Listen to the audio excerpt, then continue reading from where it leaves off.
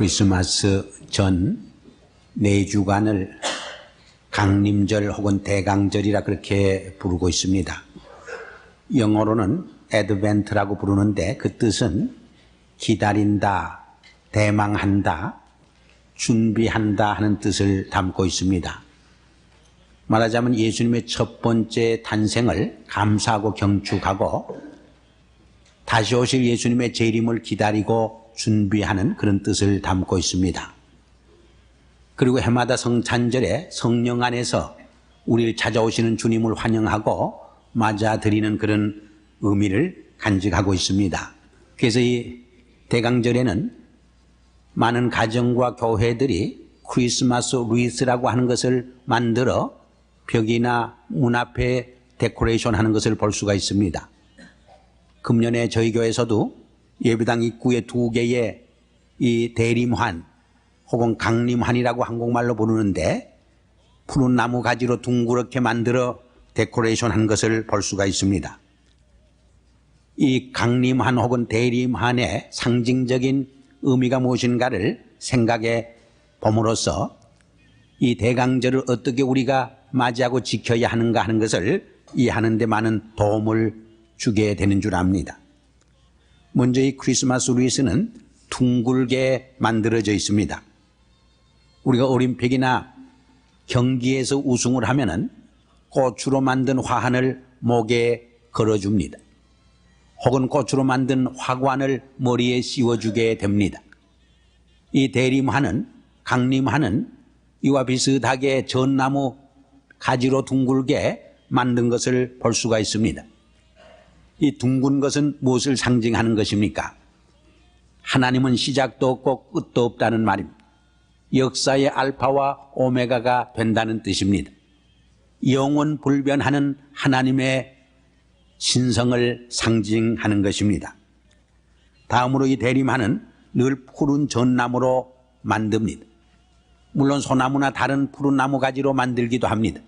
최근에는 플라스틱으로 모조로 오히려 만드는데 더 아름다운 모습도 볼 수 있게 됩니다. 삼라만상이 잠자는 겨울철에 푸른 나무 가지는 우리에게 봄을 상기시켜 줍니다. 성장과 생명을 우리에게 상기시켜 줍니다. 특별히 생명의 약동을 우리에게 상기시켜 줍니다. 푸른 나무 가지는 또한 희망과 장래를 약속해 주는 의미가 담겨져 있습니다. 그러므로 대림환은 하나님께로부터 받은 선물인 생명을 생각하는 계절입니다. 예수님의 탄생과 함께 생명의 존엄성을 생각하고 썩어질 생명을 위해 살지 아니하고 영원한 하나님의 생명에 잇대어 사는 이 영원한 생명을 생각하게 하는 것입니다. 이 대림환에는 원래는 초가 4개 꽂혀 있습니다. 이 4개의 초는 대강절의 4주일을 의미합니다. 또 이 4이라고 하는 숫자는 동서남북 땅을 상징하는 것입니다. 예수님이 세상에 오신 것은 어느 특정한 사람들만을 위해 오신 것이 아닙니다. 세계에 사는 모든 인류를 사랑하시고 구원하기 위해서 그들에게 영원한 생명을 주시기 위해서 오셨다는 것을 상징해 주는 것입니다. 그리고 매주일마다 촛불 하나를 밝히게 되어 있습니다. 그래서 4주일이 다 지나갈 적에 4개의 촛불의 불이 환히 빛나게 됩니다. 이것은 어두운 세상에 예수님께서 빛으로 오신 것을 상징하는 것입니다. 모든 일에는 준비가 필요합니다. 우리의 준비가 우리의 인생과 만사를 다르게 만들어 놓습니다. 세상 일에도 준비가 이처럼 중요하다면 구세주로 오시고 심판주로 오시는 그리스도를 맞이하는 우리의 삶에 준비가 없을 수 없는 것입니다. 물론 우리가 말하는 이 준비는 외적인 준비가 아닙니다. 내면적인 준비인 것입니다. 그럼 우리가 이 대강절에 준비해야 할 내면적 준비가 어떤 것인가? 위에서 말한 대로 4개의 초에다가 매주 하나씩 촛불을 밝히게 됩니다. 그래서 대강절이 지나면 환히 어두운 세상을 비치는 것처럼 우리도 빛의 삶을 살아야 한다는 것. 예수님이 세상에 오셔서 어둠을 밝히고 이 냉랭한 사회에 훈훈한 사랑의 빛을, 소망의 빛을, 생명의 빛을 비춰주신 것처럼 우리도 이 어두운 세상에 빛을 비춰주고 이 냉랭한 사회에 사랑의 빛을 비춤으로써 세상을 훈훈하게 만들 수 있는 빛의 사명을, 역할을 감당해야 한다는 것입니다. 어둠을 환하게 밝히는 촛불과 같은 삶, 그것이 오시는 주님의 대강절을, 성탄절을 기다리는 성도의 삶의 자세인 것입니다. 예수님께서 말씀하셨습니다. 너희는 세상의 빛이라고. 또 계속해서 주의하라, 깨어있으라, 그때가 언제인지 알지 못함이니라, 그렇게 말씀을 했습니다. 사도 베드로도 만물의 마지막이 가까웠으니 너희는 정신을 차리고 깨어 근신하여 기도하라, 이렇게 권면했습니다. 옳은 말입니다. 우리가 어두운 세상에서 빛이 되려면 먼저 우리들 자신이 영적으로 깨어 있어야 합니다. 내가 깨어있지 못하고 내가 영적으로 잠자가 있고 내가 영적으로 병들어 있으면 이 어두운 세상을 밝힐 수 없는 것입니다. 먼저 내 영혼의 등불이 밝히 빛나고 있는가 점검하고 확인해야 합니다. 우리가 영적으로 깨어있기 위해 늘 기도해야 합니다. 깨어 기도하는 성도가 되어야 합니다. 늘 기도하는 성도가 항상 불을 밝히는 삶을 살아갈 수 있기 때문입니다. 예수님은 십자가를 앞에 놓고 겟세마네 동산에서 밤이 맞도록 기도하셨습니다. 피땀을 흘리며 기도하셨습니다. 수제자 세 분을 향해서 너희도 시험에 들지 않게 깨어 기도하라고 말했습니다. 그러나 그들은 깨어 기도하지 못하고 졸므로 시험에 빠졌던 것을 우리는 알고 있습니다. 기도는 영혼의 호흡입니다. 기도는 영적 교제입니다. 기도는 하나님과의 대화입니다. 기도는 하나님과 우리의 삶을 항상 연결시켜주는 고리와 같습니다. 기도는 하나님의 은혜 안에 항상 우리를 머물게 해줍니다. 기도는 궁극적으로 주님의 모습을 닮아가게 합니다. 기도는 궁극적으로 내 뜻을 포기하고 하나님의 뜻을 선택하게 만듭니다. 하나님의 삶을 닮아가는 변화의 삶을 가져오게 하는 것입니다. 그러므로 기도로 시작해서 기도로 끝맺는 삶은 실패 같으나 성공입니다. 열매가 있습니다. 그러나 기도 없는 삶은, 기도 없는 사업은 성공 같으나 일시적으로 흥황하는 것 같지만은 궁극적으로 열매 없는 삶으로 끝나게 되는 것입니다. 우리의 삶은 영적 전쟁, 특별히 우리의 신앙생활은 영적 전쟁입니다. 이 영적 전쟁에서 어떻게 우리가 승리할 수 있습니까? 기도로 무장한 성도만이 이 영적 전쟁에서 참된 승리를 가져올 수 있는 것입니다. 우리가 무엇을 준비하고 기다린다는 것은 때때로 힘이 듭니다. 대단히 지루하고 어려울 때가 있습니다. 우리가 어떤 분과 약속을 하고 5분을 기다려도 1시간처럼 느껴집니다. 30분을 기다리는데 몇 시간처럼 느껴질 때가 있습니다. 그러므로 기다리는 삶은 인내심이 필요합니다. 소망이 있을 적에 우리는 기다림에 승리할 수 있는 것입니다. 오늘 현대인이 겪는 불행의 뿌리는 기도하지 않는 데 있습니다. 아니, 현대인들은 이미 오래전부터 기도를 잊어버리고 말았습니다. 기도보다 세상의 물질적 풍요와 향락을 더 즐기려고 합니다. 그것이 더 행복의 요소들이라고 생각을 합니다. 그러기에 현대인들은 기도할 필요를 별로 느끼지 못하고 살아가는 것입니다. 현대인은 너무 배가 부르고 편안하기 때문에 하나님을 향하여 울부짖는 기도가 메말라 버린 것입니다. 그러므로 더 영적 삶이 더 메말라지고 깡말라지는 모습을 우리는 경험하게 됩니다.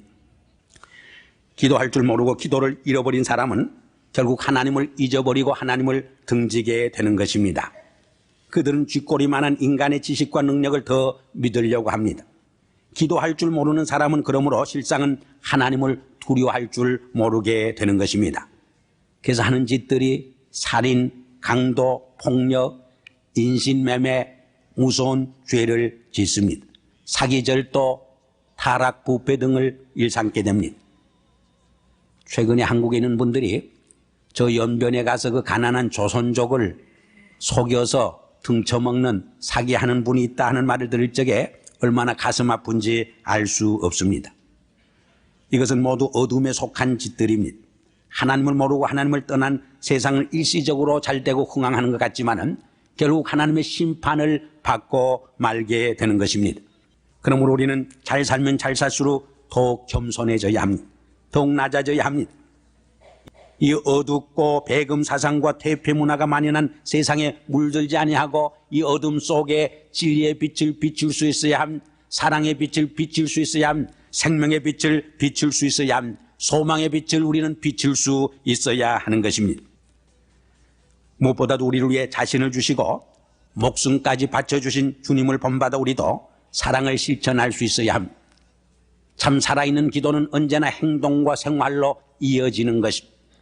이 행동과 삶으로 이어지는 기도만이 진정한 살아 움직이는 기도라고 말할 수가 있습니다.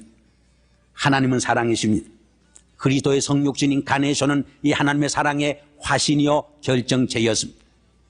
주님은 십자가에 자신을 죽이기까지 우리 인류를 사랑하셔서 온 인류를 죄와 모든 속박에서 해방시키고 새 생명을 주시게 된 것입니다. 그런데 사랑이란 말만큼 왜곡되어 잘못 사용되는 말도 드뭅니다. 잘못된 사랑이 얼마나 홍수처럼 정말 범람하는지 모릅니다. 오늘날 매스컴은 왜곡되고 삐뚤어진 세속적인 사랑을 얼마나 미화하고 부채질하는 때가 있는지 많이 알 수 없습니다. 특별히 성탄절 때 이런 왜곡되고 삐뚤어진 이 세속적인 사랑이 오히려 팽창되는 것을, 풍만해지는 것을, 우리는 범람해지는 것을 엿볼 수가 있습니다. 언젠가 대형각 호텔에 불이 났습니다. 많은 남녀들이 세상을 떠났습니다. 그런데 많이 불타 죽은 남녀 중에는 불륜의 사랑을 즐기다가 죽은 사람이 많이 있었습니다. 하나님이 성탄절을 주신 것은 이런 세속적이고 타락적인 사랑을 하기 위해 주신 것이 아닙니다. 아가페적인 사랑을 실천하기 위해 주신 것입니다. 자신을 주시기까지 사랑하신 인간에 대한 사랑을 정말 우리도 체험하고 그 사랑을 또 이웃에게 실천하고 행동하고 생활화하도록 주신 것이 바로 성탄절의 정신이라는 것을 잊지 말아야 할 것입니다. 오늘 본문에 보면 하나님이 세상을 이처럼 사랑하사 독생자를 주셨으니 이는 저를 믿는 자마다 멸망치 않고 영생을 얻게 하려 함이라 했습니다. 이 영원한 생명, 참 생명을 얻기 위해서 독생자까지 주셨습니다. 우리도 이 주님의 사랑을 경험하고 체험하고 정말 나아가서 이웃을 향하여서 가난한 자와 소외되고 불쌍한 생명을 향해서 이 그리스도의 사랑을 실천하고 보여주고 나누어 줄 수 있을 적에 진정한 성탄절의 의미는 실천될 수 있는 것입니다. 금년도 성탄절에는 우리 모두 작은 사랑의 촛불이 되어 이 어두운 세상을 비춰야겠습니다. 추위로 꽁꽁 얼어붙은 이 세상을 우리는 녹여야 하겠습니다. 우리는 이 어둡고 냉랭한 사회 속에서 빛의 역할과 사명을 다함으로 새로운 소망의 빛을, 생명의 빛을 환히 비춰줘야 할 것입니다. 그럼 참사랑은 어떤 것입니까?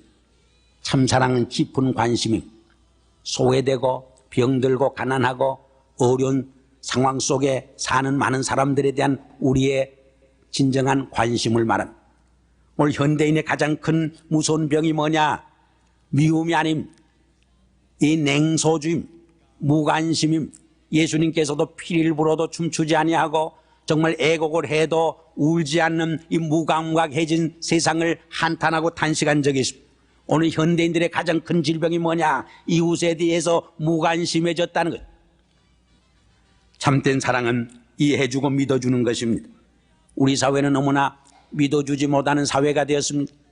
불신의 골이 너무 깊어졌습니다. 그러나 진정한 사랑에는 믿어주는 신뢰가 있습니다. 자식을 사랑하는 이 부모는 자식이 도적질하고 살인했다고 해도 내 자식만은 그런 일을 하지 않는다고 믿어주는 것입니다. 우리는 좀 속도라도 몽땅 믿어주는 신뢰의 삶이 너무나 아쉽습니다. 예수님은 자기가 배신을 당하는 상황에까지 제자들을 믿고 모든 사람을 믿어주었던 것을 성경에서 우리는 읽게 되는 것입니다. 이것이 참 사랑입니다. 참된 사랑은 주는 것입니다. 나눠주는 것입니다. 나의 시간을 주고 물질을 주고 나의 탤런트를 주고 내 정성과 마음을 주는 것입니다. 사실 마음을 주는 선물, 그것이 가장 큰 선물. 우리가 하나님 앞에 예물을 드리고 이웃에게 선물을 줄 적에도 내 마음을 줄 수 있을 적에 그것이 가장 최상의 선물이 되어지는 것입니다. 베른 로스차일드라는 분은 영국의 대재벌로 유명한 분이었습니다. 어느 날 친구 화가의 집에 들렸더니 친구가 새로운 작품을 구상하고 있습니다. 그러면서 혼자 중얼거립니다. 요새는 참 거짓다운 거지를 볼 수 없는 세상이 되었다고. 그 말을 들은 이분이 로스차일드가 말합니다. 아니 거지 중에도 무슨 거지다운 거지가 있느냐고. 그러면서 내가 그럼 내일 좀 누대기 옷을 입고 거지 모델을 서주지 만들어주지 했습니다. 그리고 정말 그 다음날 누대기 옷을 입고 거지 차림으로 그 화가의 사무실에 들어왔습니다. 근데 마침 그때 또 다른 화가의 친구가 들어왔습니다. 이 거지 모습의 이 로스차일드를 보고 불쌍히 여기고 이 동정이 많은 이 사업가는 20프랑을 그 말을 던져줬다. 그러면서 나중에 추운데 저녁이나 사 먹게 하고 동정했다. 로스차일드는 정말 거지다운 거지 모습으로 참 감사합니다 하고 정중히 인사라고 받습니다. 10년이 지나갔습니다. 이분에게 20프랑을 건네준 그분에게 이 로스차일드 회사에서 편지가 하나 날라왔습니다. 그 편지 속에는 이런 글이 쓰여져 있었습니다. 10년 전에 거지 차림에 로스차일드에게 당신이 20프랑을 줬는데 우리 회사의 회장 되시는 로스차일드는 그 20프랑을 주식에 투자해 주었습니다.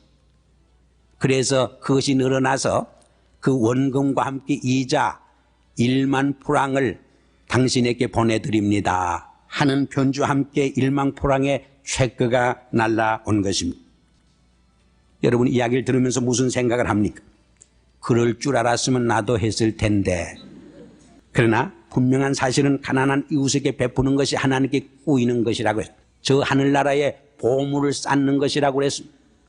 이 재벌보다 더 위대한 부요한 하나님께서 이웃에게 베푸는 그 사랑을 잊지 않습니다. 망각하지 않습니다. 어느 날 하나님께서 갚아주십니다. 하나님 앞에 설 때 착하고 진실된 종아 내가 적은 일에 충성하였으며 내게 많은 것으로 갚으리니 주인의 즐거움에 참여할지어다 상급을 주실 것입니다. 한국에서 1년간 음식물로 쓰레기 들어가는 돈이 10조 원이 넘는다고요. 이 돈은 한국 예산 1년 정부 예산이 내년도가 71조인데 15%에 해당하는 돈. 1년 동안 우리가 좀 아끼고 사치하지 아니하고 낭비하지 않으면 정말 굉장한 일을 할 수 있습니다. 세계 굶주린 백성을 살릴 수 있습니다. 북한에 굶주려 죽어가는 우리의 많은 동포를 먹여 살릴 수 있는 것입니다. 그러나 우리가 너무 사치하고 낭비함으로 정말 얼마나 더 큰 돈이 쓰레기통으로 들어가고 있는지 알 수 없는 것입니다. 최근에 17명의 가족을 데리고 북한을 탈출한 김경호 씨 가족의 이야기가 큰 화제를 불러일으키고 있습니다. 그들은 생명을 건 정말 죽음을 각오한 모험에 탈출을 했습니다. 그래서 붙들리면 자살을 하려고 독약까지 몸에 지니고 탈출을 했다고 합니다.